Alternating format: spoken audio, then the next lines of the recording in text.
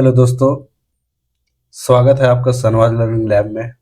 आज हम सीखेंगे पोस्टग्रेसक्यूएल को कैसे डाउनलोड करेंगे और इंस्टॉल करेंगे। उसके साथ हम आगे कैसे टेबल डाटाबेस क्रिएट करेंगे, टेबल को क्रिएट करेंगे। ये बिल्कुल step by step beginner friendly है तरीके से हम आपको एसक्यूएल सिखाना चाहते हैं। ये वीडियो आपके लिए बहुत इंपॉर्टेंट है। नेक्स्ट स्टेप है आपको गूगल कोई भी ओपन करना है, चाहे माइक्रोसॉफ्ट एज में या क्रोम में, दोनों में से कोई भी आप यूज करें वो पोस्ट ग्री एसक्यूएल को सर्च करने के लिए, डाउनलोड करने के लिए। पहला हम लिए है माइक्रोसॉफ्ट एज। अब इसमें आप पहला स्टेप गूगल ओपन करने के बाद अब हम सर्च करेंगे पोस्ट ग्री एसक्यूएल। पोस्ट ग्री एसक्यूएल आने के बाद यहाँ पे सर्च है, पहला देखिएगा पोस्ट ग्री एसक्यूएल आया, इसके नीचे जाइएगा, यहाँ पे https://www.postgresql.org ये आपको ऑप्शन गूगल में सर्च मारने के बाद आएगा, तो आप इस पे नेक्स्ट स्टेप क्लिक करेंगे। फिर ऑफिशियल वेबसाइट ये है, बाकी सब अनऑफिशियल है। ऑफिशियल वेबसाइट पे आपको जाना है। फर्स्ट स्टेप हो गया सर्च पे। सेकेंड स्टेप ऑफिशियल वेबसाइट पे आ गए। ये है ऑफिशियल वेबसाइट जो कि पोस्ट ग्री एसक्यूएल है का ऑफिशियल वेबसाइट है। ये सारे वेबसाइट पे इस तरह आपको दिखेगा। स्टेप 2 हम डाउनलोड बटन पे जाएंगे, जो कि यहाँ नेक्स्ट है।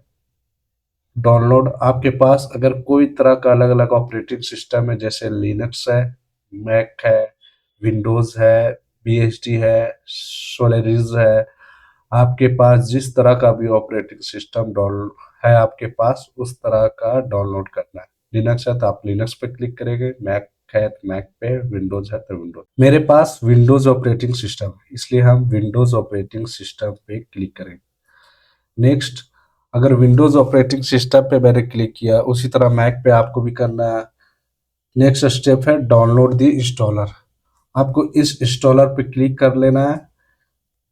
इस इंस्टॉल पे क्लिक करने के बाद डाउनलोड दी, नेक्स्ट आपको इस तरह का डायलॉग बॉक्स खुलेगा। आपके पास जो बेटर वर्जन आपको, यहाँ देखिए अभी लेटेस्ट है 18.3 पोस्टग्रेसक्यूएल वर्जन है, फिर से पहला था 17.9। तो आपके पास जो भी सपोर्टेड है यहाँ देख लीजिएगा। आपके पास जैसा रेम हो रोम हो उसी के हिसाब से डाउनलोड कीजिएगा। क्योंकि मेरे पास ऑलरेडी डाउनलोड हम यूज करते हैं। आपको यहाँ क्लिक कर दीजिएगा।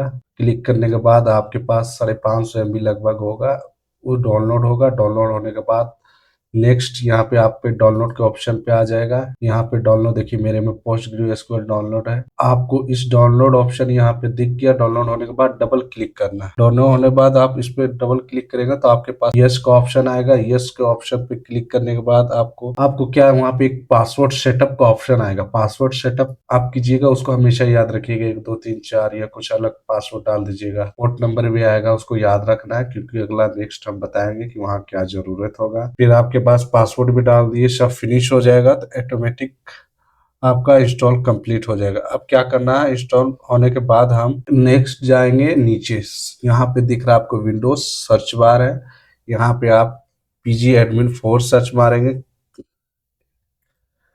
pgadmin4, अब pgadmin4 पे क्लिक करेंगे। उसके बाद आपको क्या करना है, यहाँ पे लॉगिन करना है। जो आपने पासवर्ड आपने इंस्टॉलेशन के टाइम सेट किया था, वही पासवर्ड यहाँ पे आएगा, जो कि मैं अभी खोलने के बाद मैं आपको बताऊंगा यहाँ पे क्या होगा। क्योंकि ये क्या करता है, अगर पासवर्ड आप डालेगा तो पोस्टग्रेसक्यूएल जो सर्वर को कनेक्ट करता है, और सर्वर पर क्लिक करके बाद और पोस्टग्रेसक्यूएल ओपन करेगा, तभी जाके आपका जो भी होगा डाटाबेस क्रिएट करेंगे, टेबल क्रिएट करेंगे, और नेक्स्ट हम उसमें क्यूरी रन करेंगे। ये आ गया पोस्टग्रेसक्यूएल।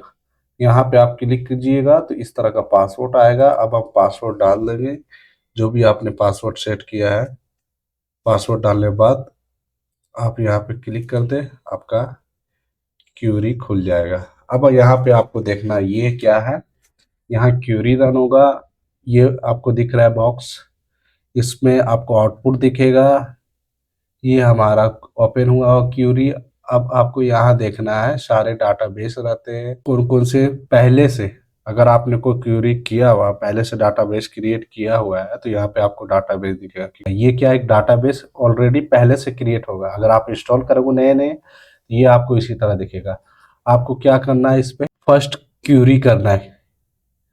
पहला स्टेप आपको क्या करना है, यहाँ सर्च देखना है डाटाबेस से, डाटाबेस में पोस्टग्रीएसक्यूएल दिखेगा, पोस्टग्रीज ये ऑलरेडी डाटाबेस ओपन है, इसमें जाके उसके बाद आपको क्यूरी टूल में क्रिएट करेगा आप, आपका ओपन हो जाएगा पोस्टग्रीएसक्यूएल। ओपन होने के बाद आप हमको नेक्स्ट क्या करना है, अपना खुद का डाटाबेस बनाना, जो भी डाटाबेस आप बनाएंगे वो यहाँ पे आप क्यूरी रन करेंगे। जैसे हमको एक एग्जांपल हमको बनाना, कोई भी एक एम्प्लॉय हो या किसी तरह का भी डाटाबेस बनाना है, तो आपको फर्स्ट इसमें डाटाबेस क्रिएट करेंगे। आज इस वीडियो में भी हम सीखेंगे कि एसक्यूएल कैसे डाटाबेस कैसे क्रिएट करते हैं और टेबल कैसे क्रिएट करते हैं और हर एक लाइन का मतलब क्या होता है। तो ये स्टेप बाय स्टेप समझने का। फर्स्ट क्यूरी यहाँ लिखेंगे सी क्रिएट डाटाबेस, मान लीजिए कंपनी रखे नाम,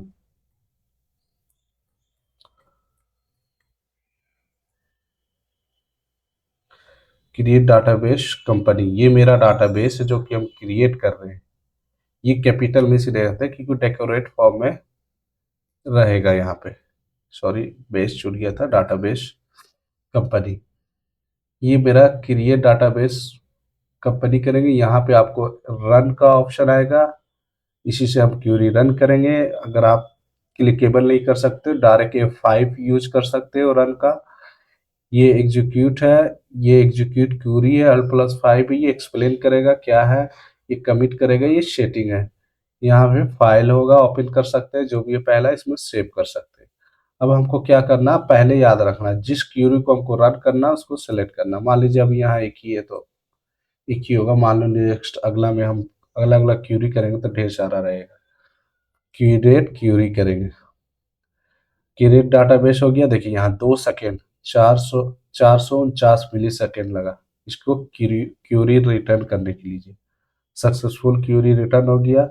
अब हम क्या करेंगे, ये मेरा डाटाबेस ऑलरेडी क्रिएट हो गया। अब हमको चेक करना है, मेरा डाटाबेस तो यहाँ दिख नहीं रहा, किधर है मेरा डाटाबेस टेबल वगैरह। तो हमको क्या करना है, रिफ्रेश कर लेंगे। नेक्स्ट डाटाबेसेस में जाएंगे, रिफ्रेश करेंगे। अब देखिए मेरे पास 2 दिखेगा, 2 डाटाबेसेस है यहाँ पे। पहला तो पोस्ट ग्रीएस आ गया। अब सेकेंड जो मैंने क्रिएट किया, ये सेकेंड ऑप्शन जो दिख रहा है कंपनी, ये मैंने डाटाबेस क्रिएट किया। पोस्ट ग्री तो ऑलरेडी क्रिएट रहता है। यहाँ दिख रहा है आपको रॉन्ग क्रॉस करके, मतलब गलत का साइन दिख रहा हो, इसको आपको क्या करना, डबल क्लिक करिएगा। आप देखिए अब सही हो गया। अब आपको डाटाबेस का दिख गया कंपनी के नाम से। अब हमको नेक्स्ट क्या करना, अब इस पे क्यूरी करना है क्योंकि मैंने क्रिएट तो कर लिया। इस पे जाके अब हमको क्या करना, अपना खुद का क्यूरी करना। क्यूरी लिखे, अब हमको क्या करना, इस पे अपना टेबल बनाना।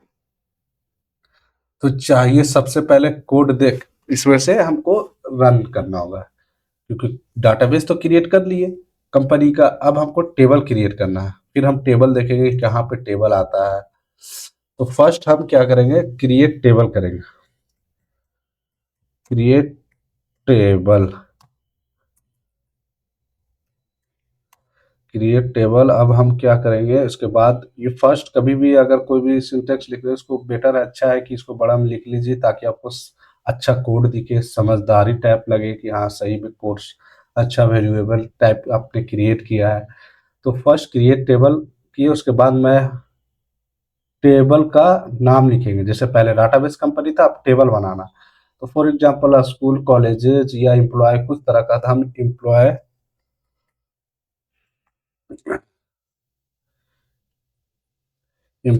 टेबल क्रिएट कर लिए।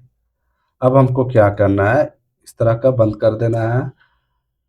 अब यहाँ पे देखिए बेटर, फर्स्ट लाइन से स्टार्ट नहीं करेंगे क्योंकि बेटर अगर हमको क्यूरी दिखाना है तो अच्छा से टैब का ऑप्शन दाब लीजिए या स्पेस का ऑप्शन, टैब का स्पेस दाबने से एक दाबिए या 2 दाबिए, बैक जाइए 1 2, 2 स्पेस रखिए, बेटर रहेगा क्योंकि क्यूरी दिखेगा अच्छा से। तो इसमें बेटर एंड द स्टेबल रहना। अब हमको क्या करना है, फर्स्ट कॉलम बनाना है, सेकेंड हमको डाटा टाइप्स करना है, थर्ड कांस्टेंट करना है। अब हमको क्या करना है, एम्प्लॉय में मान लीजिए हमको बनाना है कॉलम, तो एम्प्लॉय आईडी हो गया, नेम हो गया, डिपार्टमेंट हो गया, पोजीशन हो गया, या कुछ हायर डेट, ये सब के कॉलम रहते हैं इसी एक एम्प्लॉय में। तो फर्स्ट हम लिखेंगे यहाँ पे, टेबल तो क्रिएट हो ही गया है एम्प्लॉय नाम का। अब हम क्या करेंगे, एम्प्लॉय आईडी बनाएंगे, एम्प्लॉय आईडी, ये हो गया टेबल नाम। अब इसको क्या करेंगे, नेक्स्ट हम यहाँ पे हम बनाएंगे, मान लीजिए डाटा टाइप्स। अब डाटा टाइप्स नेक्स्ट वीडियो में बहुत एक्सप्लेनेशन के साथ बताएंगे कि क्या होता है डाटा टाइप्स, इसमें कौन कौन सी डाटा टाइप्स आएगी, जैसे इंट हो गया, वैर कैर हो गया, कैर हो गया, सीरियल होगी, ये सब डाटा टाइप्स है। तो हम एम्प्लॉय आईडी क्या है, जैसे अगर आईडी कुछ दे रहे हैं तो हम सीरियल वाइज दे, 1 2 3 4 5, ये क्या आ जाएगा, एक इंटीजर वैल्यू में आएगा। तो मतलब हम क्या इसको ऐसे भी तो लिख सकते हैं, सीरियल नंबर, सीरियल क्या करेंगे यहाँ पे, एक सीरियल नंबर हम डाल देंगे कि स्टार्टिंग अगर आए तो 1 2 3 4 5 करके आ जाए, जो भी हो एम्प्लॉय आईडी का। ये हो गया फर्स्ट, हमने क्या देखा यहाँ पे, ये है कॉलम। सेकेंड हमने क्या किया, डाटा टाइप। थर्ड है यहाँ पे कांस्टेंट। अब कांस्टेंट क्या देना है, जैसे कि अगर एम्प्लॉय आईडी देना तो हमको प्राइमरी की दे, या कोई एक तो यूनिक वैल्यू रहना चाहिए ना। तो हम यहाँ क्या करेंगे, प्राइमरी की यहाँ पे दे देंगे, ताकि ये इंडिकेट करे ये प्राइमरी की है। फिर कोमा देना है, कोमा के बाद फिर इंटर दबाएंगे। फिर देखिए यहाँ पे एकदम वहीं से चालू हो गया, क्योंकि इसको क्यूरी लिख रहे हैं कॉलम नाम वगैरह, तो वहीं से शुरू से चालू होगा, जिससे अच्छा लॉजिक दिखता है कि अच्छा से क्यूरी किया है। तो सेकेंड वन हमको क्या बनाना, एम्प्लॉय आईडी बन गया। सेकेंड हमको नेम, नेम क्या है, नेम पोजीशन हम करेंगे। नेम मेरा कॉलम बन गया, कॉलम आईडी। अब इसको सीरियल, फर्स्ट याद रखिए डाटा टाइप्स देना जरूरी है, पर हाँ कांस्टेंट जरूरी नहीं है, कांस्टेंट हमेशा जरूरी नहीं है। ये कंपलसरी नहीं है कि क्यूरी में हम कांस्टेंट देना ही है, ऐसा कोई जरूरी नहीं है। हमने प्राइमरी की दिया, कांस्टेंट इसलिए दिया क्योंकि उसको प्राइमरी की हमने लेके चला है। आखिर सर्च हम करेंगे जब, तो किस हिसाब से हम सर्च करेंगे, इसलिए हमने एम्प्लॉय आईडी को प्राइमरी की महत्व रखा। नेम में क्या करेंगे, ये डाटा टाइप से। कैर होता है वेर के, वेर के क्या हम देंगे, ये इंडिकेशन करता है लोकेशन की कितना डिजिट का हम रखेंगे। जैसे यहाँ पे वेर केयर डाटा टाइप्स है, इसको आगे नेक्स्ट हम समझाएंगे। मान लीजिए अब लिखना टाइटल है, नेम का फर्स्ट है, सेकेंड है, थर्ड है, कितना तक जा सकता है स्पेलिंग। तो माना जाए हम 50 वैल्यू दे दिए, यहाँ तक क्या होगा, बहुत है नाम, इतना बड़ा स्पेलिंग से इतना तक हो जाएगा, क्योंकि ये स्पेस कर देता है, 50 बिट का बना देगा वहाँ पे। ये बैकएंड का काम है, इसलिए जितना आप यूज करते हैं उतना आप डाल दीजिए कि हाँ इतना नाम का स्पेलिंग इतना फिक्स है, इससे ज़्यादा ना बढ़ेगा। 50 है, अगर 51 को आ गया तो वहाँ पे 51 नहीं लिखाएगा, क्योंकि 50 हमने लिमिट डाल चुके हैं। अगर हम यहाँ पे आपको डालना है जैसे प्राइमरी कांस्टेंट, तो कांस्टेंट एक हिसाब से नेम है, अगर नेम यहाँ पे कोई ब्लैंक रख देगा तो दिक्कत हो जाएगा, इसलिए हमको भी कांस्टेंट यहाँ पे भी डाल देते हैं। क्योंकि अगर कोई वैल्यू अगर नहीं है डाला यहाँ पे, तो नाम से कैसे हम सर्च करेंगे, एम्प्लॉय आईडी मिल गया, नाम तो जरूरी है हर एम्प्लॉय का। तो उसी लिए हम क्या करेंगे, नोट नल। नोट नल क्या करता है, यहाँ नल वैल्यू को, जैसे कोई ब्लैंक में ब्लैंक छोड़ेगा तो यहाँ पे वो असाइन नहीं करेगा, क्योंकि इसमें नाम डालने के लिए वो अलाउ करेगा। फिर कॉमा दे देना है। फिर क्या करेंगे इसमें, आज नेक्स्ट ऑप्शन नेम हो गया। अब पोजीशन, पोजीशन का कॉलम बन गया, पोजीशन कॉलम भी हो गया। अब हमको क्या करना है, इसको भी पोजीशन कैसे लिखाएगा, मान लीजिए कोई पोजीशन हम देंगे, तो पोजीशन तो लिखाएगा वहां पे आके अलग अलग कि इस पोजीशन पे है, डाटा एनालिटिक्स से, या कोई वेब में है तो उसी तरह, या कोई आर्ट्स वगैरह में एमए वगैरह कर रहे हैं तो उस तरह का पोजीशन में अलग अलग देना है, या नौकरी में है तो अलग अलग हिसाब से किस फील्ड में वो काम कर रहे, तो वो भी तो एक वेरकेयर में आएगा। इसका भी हम पोजीशन का वैल्यू दे दिए डाटा टाइप्स में वेरकेयर, कितना दिए वैल्यू, 50 दे देते हैं इसका भी, कि 50 बहुत लिमिट है, ज़्यादा तो। अब इसमें क्या करेंगे हम, इसमें हम कांस्टेंट बोले थे कि सब में कांस्टेंट देना कोई ज़रूरी नहीं है, इसलिए हम इसमें कांस्टेंट कोई ज़रूरी इसमें तो कांस्टेंट नहीं, क्योंकि हम आईडी एक प्राइमरी की ले लिए कांस्टेंट पे एक नल वैल्यू, ये काफ़ी। पोजीशन को अगर खाली भी छोड़ेगा तो कोई सा दिक्कत की बात नहीं। पोजीशन हो गया। अब डिपार्टमेंट, नेक्स्ट डिपार्टमेंट कॉलम बनाना है। डिपार्टमेंट कॉलम, ये भी क्या होगा, वेयर केयर। अब कौन सी डिपार्टमेंट फील्ड है, जैसे हमने बोला कि डाटा एनालिटिक्स है, डाटा एनालिटिक्स मान ली दे दिए, उसमें डाटा साइंस में ये आ गया। तो इस तरह का डिपार्टमेंट भी यहाँ पे हमको देना है। तो ये भी क्या होगा, वेयर केयर में होगा, क्योंकि ये ना कोई तरह का सीरियल नंबर है या कोई तरह का ये फ्लॉट, कोई ऐसा कुछ नहीं है। इसमें सिर्फ आएगा जो भी लिखे, तो ये तो वेयर केयर में ही डिजिट आएगा। इसका भी वैल्यू हम दे दिए 50, 50 एलोकेशन कर दिए।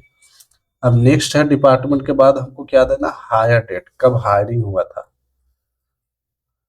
तो हायर डेट कर दीजिए। ये हायर डेट भी कॉलम क्रिएट हो गया।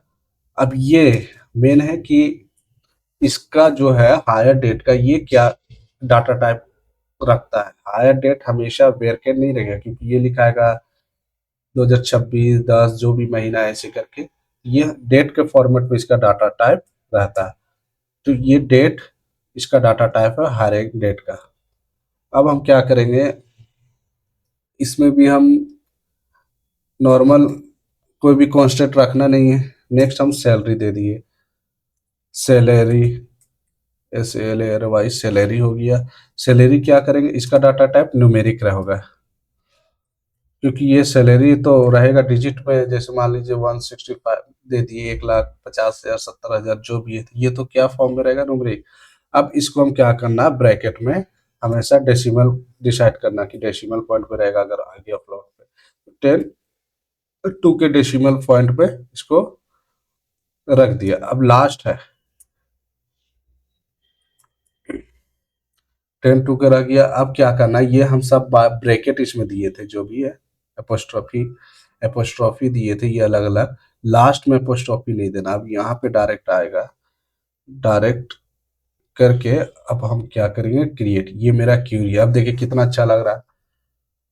जो अलग अलग रखे वो कांस्टेंट रखे, डाटा टाइप्स कैपिटल में रखे, ये लुक दे रहा है अलग। देखिए कितना मस्त से टेबल एम्प्लॉय क्रिएट किए, उसके बाद अलग अलग हमने यहाँ पे कॉलम बनाए। ये बेटर अच्छा दिख रहा है। अगर आप यहाँ से चालू करते तो ये अंदर स्टेबल नहीं लगता। कोड पढ़ने में किसी को लगता है कौन सा कोड किया है, तो उसको समझ नहीं आता। अब क्या करना, हम पहले ही बोले थे सेलेक्ट करना है क्यूरी। जो भी क्यूरी अगर हम करेंगे तो सेलेक्ट करेंगे फर्स्ट। ये कभी भी क्यूरी अगर रन करना सेलेक्ट करें, या तो F5 दबाए या माउस से रन करते। अब यहाँ पे रन करेंगे तो आपको क्यूरी रिटर्न सक्सेसफुली इन 411 मिली पर सेकेंड। आपका देखिए क्यूरी यहाँ पे आ गया मैसेज में, क्यूरी रिटर्न सक्सेसफुली 411 मिली पर सेकेंड का क्यूरी रन हो गया। अब आपको दिख नहीं रहा कि मैंने क्रिएट किया, टेबल कहाँ किया, एम्प्लॉय आईडी कहाँ किया। ये आप लोगों को तो टेंशन हो गया होगा कि भाई दिख नहीं रहा। ऐसा कुछ नहीं है, हम बता रहे कहाँ से आपको देखना है। अब डाटा आउटपुट में भी यहाँ नहीं दिख रहा, नोटिफिकेशन भी नहीं दिख रहा। आप लोग सोचोगे किधर गया। ये रन हो गया, यहाँ पे दिख गया 411। अब क्या करना, आपको कंपनी में जाना है, यहाँ पे रिफ्रेश करना है। रिफ्रेश हो गया। अब आपको देखना है यहाँ पे दो अलग अलग है। नेक्स्ट आपको क्या करना, स्कीमा में जाना। स्कीमा को यहाँ पे डबल क्लिक कर देंगे। डबल क्लिक करने के बाद यहाँ स्क्रॉल करेंगे। अब आपको दिखेगा टेबल, देखो टेबल यहाँ दिखा। अब टेबल है तो टेबल देखिए आपको यहाँ दिख रहा होगा। अब टेबल हमको देखना कॉलम, हमने एम्प्लॉय आईडी अलग अलग कॉलम क्रिएट किया है, तो इसमें भी डबल क्लिक करेंगे तो कॉलम दिख रहा है। एम्प्लॉय आईडी इंटीजर है, नेम कैरेक्टर वैल्यू है, पोजीशन देखो अलग अलग है, शाइन यहाँ पे से दिखेगा। स्क्रॉल ऐसे करें, एम्प्लॉय कॉलम क्रिएट हुआ, एम्प्लॉय आईडी मैंने क्रिएट किया, नेम क्रिएट किया, डिपोजिशन क्रिएट किया, डिपार्टमेंट क्रिएट किया, हायर डेट। ये क्या है, अब यहाँ पे डाटा टाइप दिख रहा है, इंटीजर में है एम्प्लॉय आईडी, करेक्टर में है 50 लिए, करेक्टर ये भी है, ये सब करेक्टर में था। डेट यहाँ डाटा टाइप से, ये न्यूमेरिक है। ये मेरा क्या हो गया, टेबल दिख गया। अब आपको क्या करना है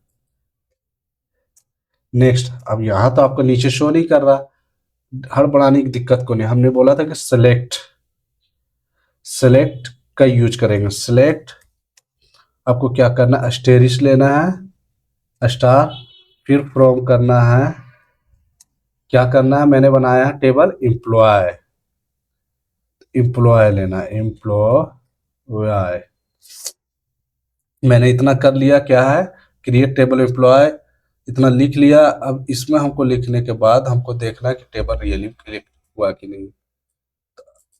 अब इसके लिए क्या करना है, हमको सेलेक्ट करेंगे इसको, क्योंकि इसको रन करना है क्वेरी। अब आपको दिख गया यहाँ पे, सेलेक्ट करने के बाद अब टेब आ गया कॉलम, क्योंकि employ ID, name, position, department, hire date और सैलरी, ये मेरा टेबल है। अब इस टेबल यहाँ दिख गया, क्योंकि इस सेलेक्ट का यूज किया जाता है देखने के लिए। सो अगर हम इसको यूज ना किए थे तो हमको दिख नहीं रहा था, यूज किए तो ये दिख रहा है। तो ये हो गया सेलेक्ट का यूज। कभी भी अगर हम कोई भी टेबल को देखेंगे तो सेलेक्ट का यूज करके, स्टेरिस फ्रॉम करके, और उसको टेबल का नाम लिखना है, और उसके बाद हमको यहाँ पे दिख जाएगा, एम्प्लॉय आईडी है, नेम है, कैरेक्टर में है, पोजीशन भी अलग अलग दिख गया आपको। अब क्या करना है, इसको डबल क्लिक करो, क्लोज हो जाएगा। फिर पोजीशन में ऊपर जाओ, फिर डबल क्लिक करो, स्कीमा में क्लोज हो जाएगा। फिर अगर डबल क्लिक करो कंपनी में क्लोज हो जाएगा। पोस्ट ग्रेड का भी डबल क्लिक करो, क्लोज हो जाएगा। ये आपका क्या था, क्रिएट कर लिए। ये टेबल क्रिएट होने के बाद ये हम क्यूरी भी नया आ गया, एम्प्लॉय टेबल भी यहाँ दिख गया, जो भी आया कॉलम दिख गया। अब नेक्स्ट हम क्या करेंगे, अगला अगला क्या करेंगे, एम्प्लॉय हमेशा ये समझ लेते हैं, ये तो आपको एक बार और हम रिपीट कर देते हैं। एम्प्लॉय आईडी हमेशा यूनिक आईडी होता है, जो कि सीरियल का मतलब होता है, मतलब सीरियल 1 2 3 4 से ऑटोमेटिकली इंक्रीज होगा। ये हमेशा आगे वैल्यू दिखाएंगे, जब हम इसमें इंसर्ट करेंगे तो ये आपको दिख जाएगा कि ऑटोमेटिक 1 2 3 4 ले लेंगे। मतलब कांस्टेंट प्राइमरी की का मतलब है कि यूनिक होगा, ये कोई भी आईडी रिपीट नहीं होगी। अगर इसमें कोई भी वैल्यू देते हैं तो इसमें रिपीट नहीं होगी। वेयर केयर क्या करेगा, हम वेयर केयर कब समझते हैं, डाटा टाइप्स आपको समझिए। वेयर केयर या नेम कॉलम में एम्प्लॉय का नाम स्टोर करेगा। अब वेयर केयर का मतलब होता है कि जैसे कि मैक्सिमम 50 करेक्टर ये लेगा, का नाम तक लिख सकता है। जैसे अगर कुछ भी लिए राम, श्याम, मोहन, तो ये 50 तक अगर हम करेक्टर दिए हैं तो ये 50 करेक्टर तक लेगा। अगर 51 करेक्टर आएगा तो नहीं लेगा, क्योंकि हमने पहले वैल्यू असाइन करके ये 50। और नोट नन, ये क्या करता है, नोट नन का मतलब है कि फील्ड खाली नहीं छोड़ सकता। आपको जो दिख रहा है, अगर कोई फील्ड यहाँ पे खाली छोड़ेगा तो कोई आगे स्टेप नहीं बढ़ पाएगा। इसमें भी सेम है, पोजीशन स्टोर होगा। जैसे मैनेजर हमने बोला था, एनालिस्ट है या डेवलपर है। फिर नेक्स्ट आ गया डिपार्टमेंट, वेयर केयर का तो समझा ही दिए, तीनों का वेयर केयर एक ही होगा। नेक्स्ट डिपार्टमेंट, जिसमें जैसे आईटी में आ गया, एचआर आ गया, मार्केटिंग आ गया।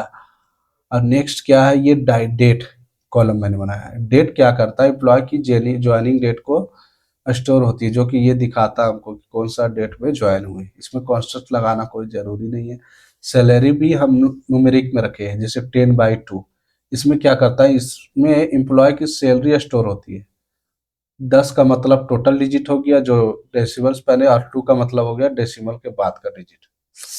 तो जैसे मान लो 50,000 है, 50 पैसा है, तो 50,000 50 पैसा है, तो 50,000 पहले हो गया 10 में, अब 50 पैसा 2 में डेसिमल, ये देना जरूरी है। इसमें क्या बोलते हैं, पोस्ट ग्रेजुएट में अगर सैलरी हम देना चाहते हैं, अगर आपको डेसिमल नहीं चाहिए तो 2 हटा दीजिए, कोई दिक्कत नहीं है। ये वैल्यू से कोई दिक्कत नहीं होगा फिर बाद में। अगर आपको ये वीडियो हेल्पफुल लगा है तो लाइक करें और चैनल को सब्सक्राइब करें, जरूर करें। मिलते हैं नेक्स्ट वीडियो में।